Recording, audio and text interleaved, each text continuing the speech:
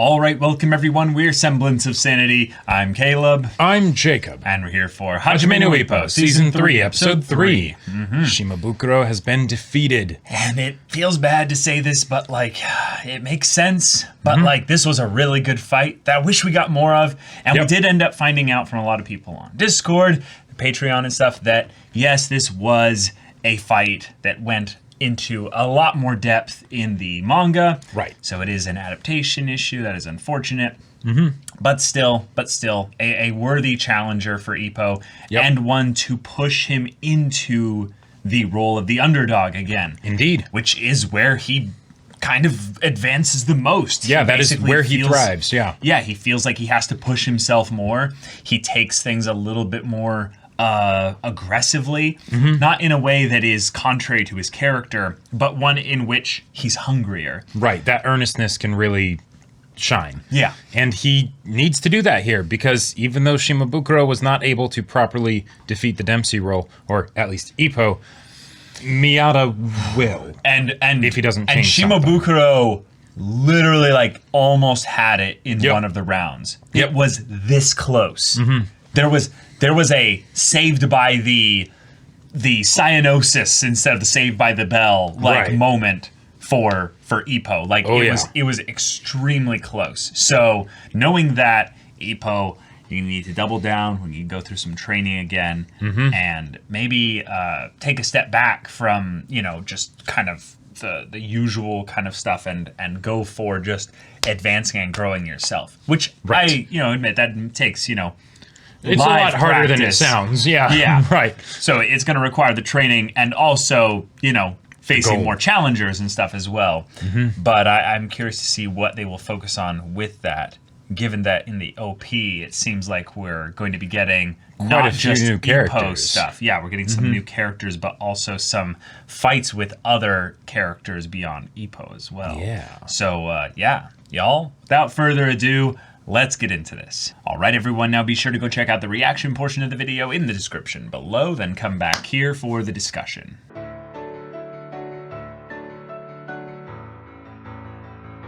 All right, Leave it to Ippo to surprise us. Yeah, this was definitely the comedy episode, and it was above and beyond what we expected, because once we saw that the title was called Catfight, and we had two girls going into Ippo's room, one of them being, we didn't recognize her at first, but Itagaki's younger sister. I didn't even know that was a thing that the show was going to be having, of she has a crush on Ippo. Well, when he showed up, she did seem to have a little bit of, Right. And that was just the fact that we forgot about it because it was, It was the one puns. episode, and the puns and all that. The puns were going crazy that episode, Yep. so we were more thinking about the dick jokes between Takamura and Itagaki's father. Exactly. So that. But then Kumi shows up. Yep, because we still haven't had a satisfying conclusion to that whole subplot. And not only that, but Imura shows up as well. Yep.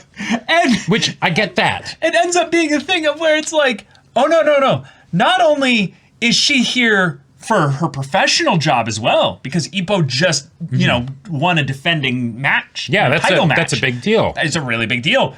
But she's like, wait, who am I covering? Ippo the boxer or the man? I'm so internally conflicted. I love it as well, because while she is a badass journalist and stuff as well, the way she was handling Hawk, back then. Oh yeah, Brian was Hawk. Wonderful.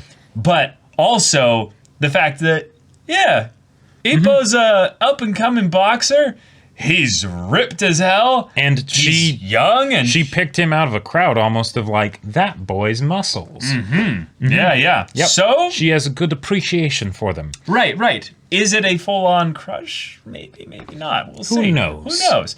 But we have three thirsty girls that needed some lemonade, or some iced tea. So Indeed. Mama Ippo shows up and very much gives a satiating brew to them, so that they can stop this, fight going on there. Stop fighting. It's all good, But and then Umezawa was just incredulously watching of just this is.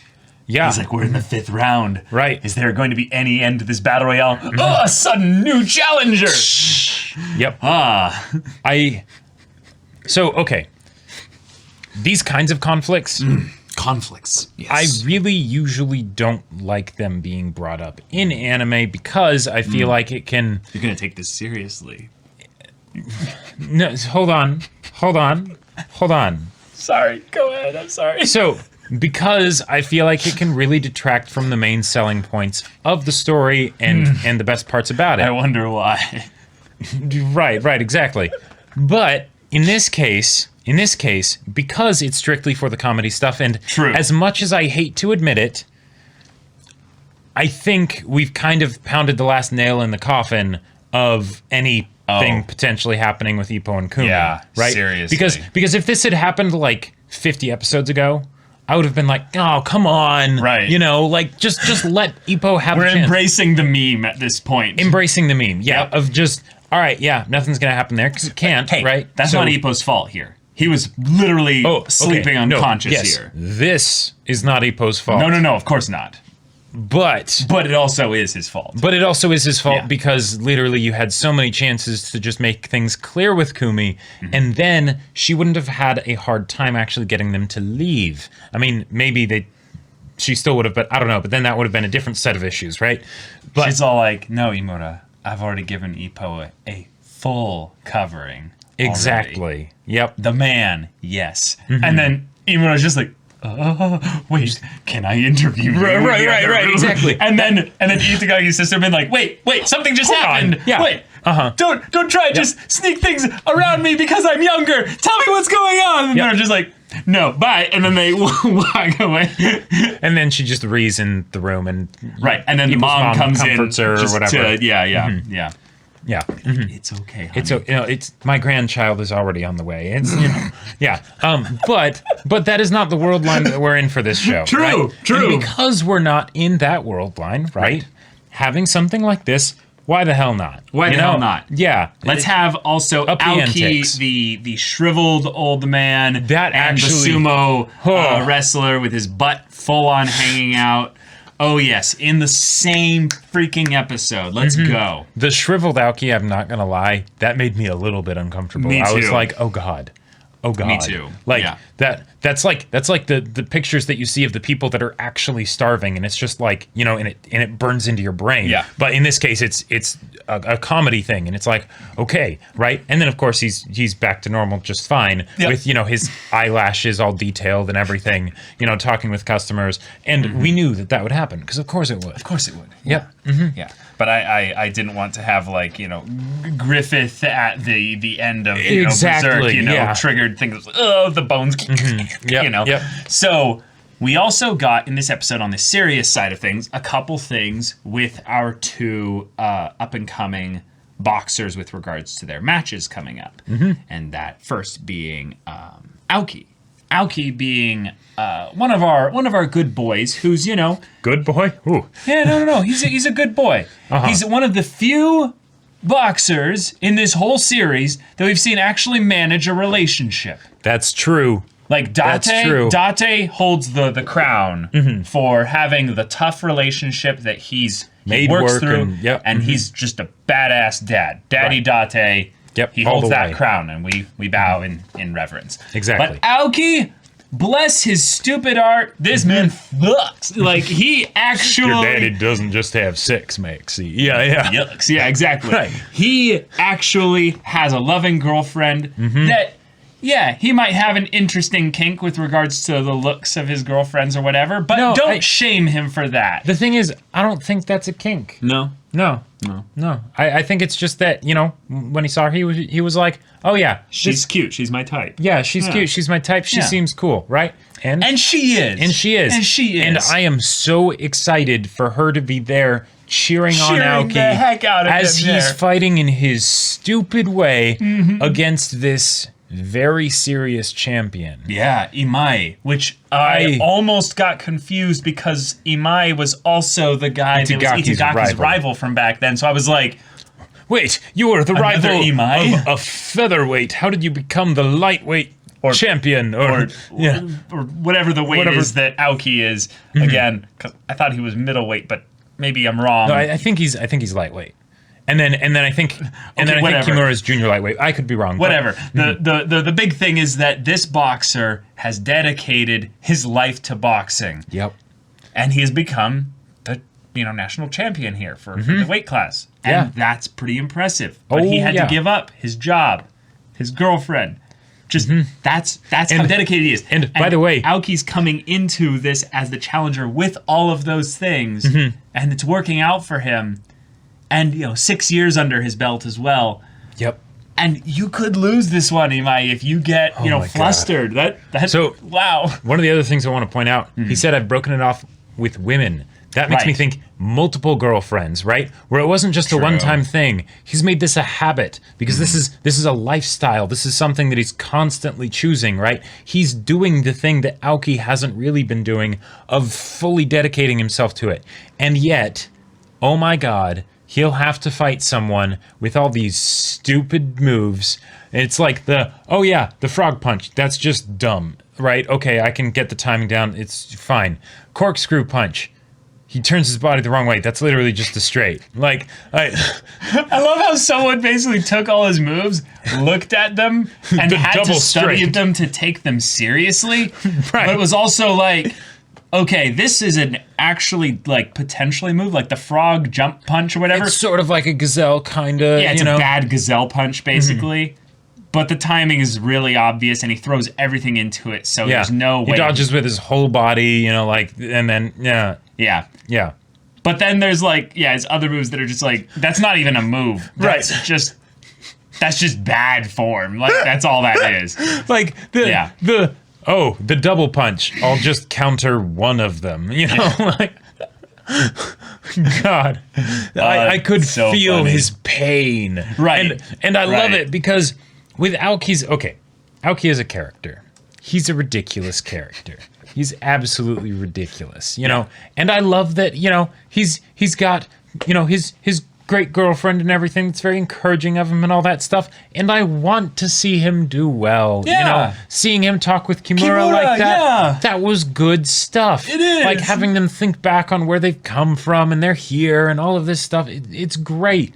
And the yo-yoing mental state of having to feel like this is something that I really want, but I'm scared. This is going to be tough. I don't think I'm ready for this. Oh, but I have to. I'm going to psych myself up. But I can't.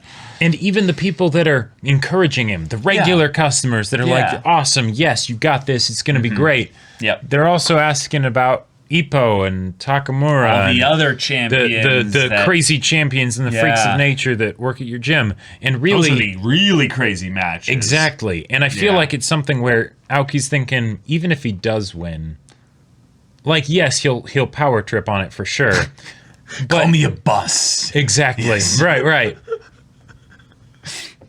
But he will still know, he'll still have that feeling of, but I'm not on their level. I'm not one of them. I'm not one of them. I got this maybe because I got lucky or or whatever. There could be any number of reasons, but come on, I'm just me. Yeah. And so that's something where I want to see him do well, but because of the mechanical issues at play, which he can't seriously do that well. Right. So having it be this funny thing where the champion is all just having a conniption because, oh my God, I have to do this. Okay.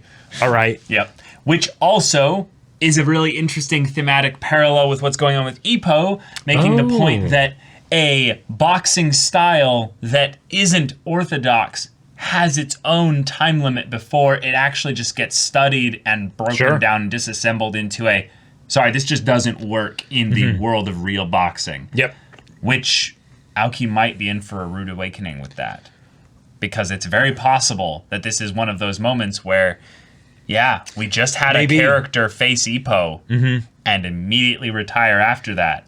But Aoki has all the things that would allow him to transition into a normal life outside of boxing. He does.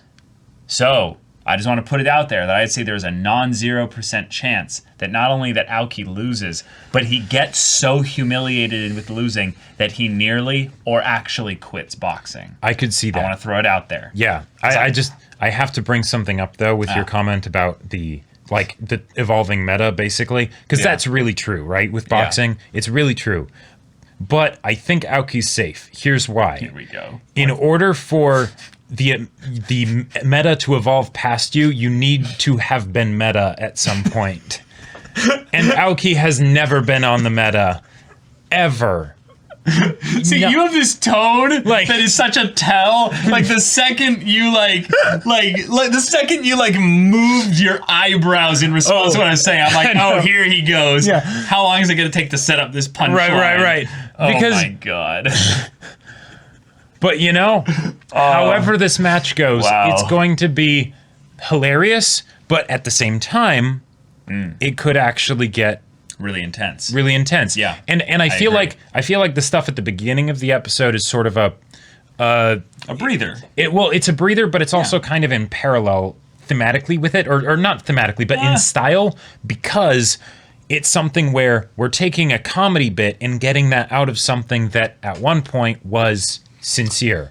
Kumi and Ippo, what will happen there, right? I gotcha. I just feel like Aoki's thing is always pretty sincere. It's that Aoki as a character is one that we have to juxtapose against all the comedy bits because the show needs comedy at points in order to maintain just some freshness. Yeah, exactly. We're thinking the same word. We're on the same page here with that.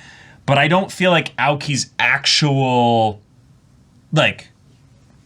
persona, like his deep character and stuff like that, is actually that really tied to the comedy angle of things there, because he is one that has basically just been inspired to go into boxing and pulled out of a really weird life and now has all these wonderful things going for him. And now he's just wanting the proof that it was all worth it, that this is something that will be actually an accolade that he can look back on and go, because eventually his boxing career will end. And I just did some quick Googling here to see if a 10-6 record is, over 6 years is actually pretty normal. And as far as a length of a boxing career goes, Aoki's had very few matches for a boxer of that length of time. And that's probably because he hasn't been very high up there. So he has a very, not a lot of people want to box him. Percentage, Right. But at the same time, I feel like this could maybe be an opportunity for Aoki to get that high note, because even if he does win, right, it'll be a random fluke that will not repeat, right? If he wins, that's basically just going to be a message to all the other boxers in his weight class of sweet free game. We can get an easy world champion, title. Not world champion, or sorry, not world champion. We can get an easy Japan title, right? Yeah. So okay, let's do this. This will be a piece of cake, and he'll have his moment in the sun. Maybe Kimura will call him boss, but then he'll be done. And at that point, that could be a good time for him to move out of boxing. Gotcha. See, so I have a completely different angle on it. Oh boy. Either he loses here and he's nearly done with boxing. Or he wins and this renews all of his vigor for boxing. And he actually then realizes, all right, let's go serious. This is real. And then he dedicates so much to boxing that he goes back to the ramen shop and he's like, you know what, guys? It's been great. But I can't keep doing this. But I need to dedicate even more to this now. I'm being called up. Yeah. And this is where my beating heart just lies. And they're going to be like, bro, yes. And they're going to be tears. And be like, you go, man. Yeah, exactly. That's if he wins, that's what I see happen. The sort of serendipitous moment that really does kind of change his life. And then he can still be the person that, he doesn't end up surpassing Ippo again. He'll still be looking up to Ippo. But it can be that sort of inspiration from the main character and everything. Takamura. Takamura as well. But, as far as boxers that he would truly want to emulate. No, he emulates Takamura way more than Ippo. Think about it. When we saw him in his mind as the champion, he was making a Takamura smile. He's doing this, hey, That's true. Aoki's hero is Takamura. Ippo is just the picture of someone who has a little bit more talent and a lot more of a desire, a work ethic for boxing, and even younger. So it's the idea of being shot up, by your kohai in such a short amount of time. I feel like, though, Aoki has kind of he has an earnestness to him that causes a lot of comedy to happen, but because he is one of the sensible people that realizes, Takamura, your whole thing with the ladies, no, that's a problem. Yeah. It's a problem. You got to have a good, healthy relationship like I do. You know, so who knows? Hey, Commit to one and stick it out. that could be a way that Aoki could help Ippo. He could give him relationship advice. We already tried that. Oh. That was an arc, remember? Oh, it was? Yeah, remember? Oh, that's right. Remember when That's Aoki right. literally tried to set him up? Yes, And he his did. girlfriend was even in on it? That's right. They ended up in a room together and Oh my God. nothing happened? Nothing happened. Bro, yeah, no, that Aoki right. has given it his best shot. Right, and that's when we Ippo doesn't that's when deserve we any help truly from knew. Aoki. Ippo, you're a lost cause in that regard. Sorry. Yep. I have made dumb, missed the whoosh, moment and stuff like that. But never on that level. Like, I think... Not that you know of. Well, no, not that I know of. That's the point, yes.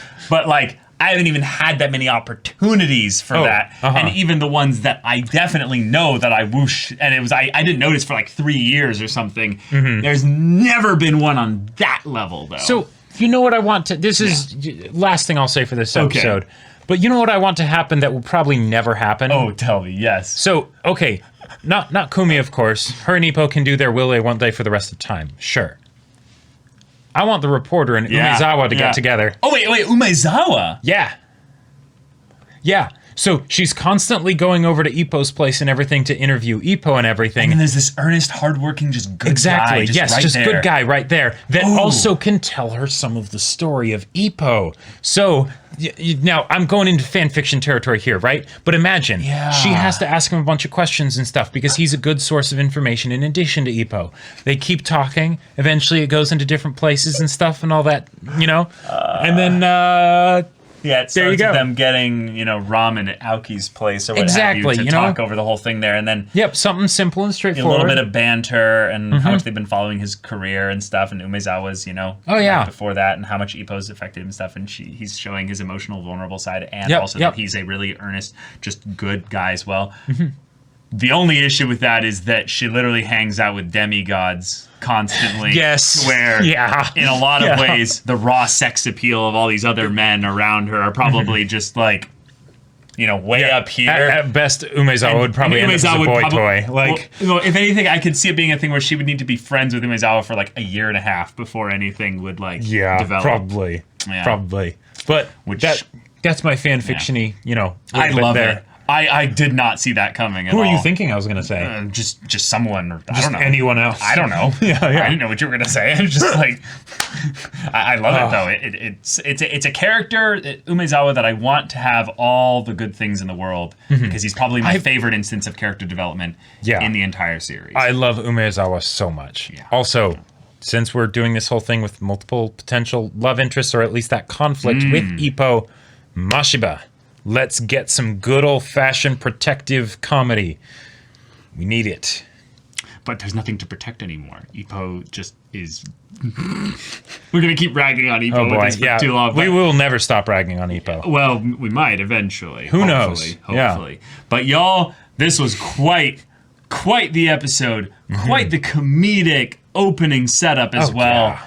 And just that bit with Umezawa being like, yes, it was quite an interesting thing who won, but one with grace and dignity. It wasn't a knockout or decision or something.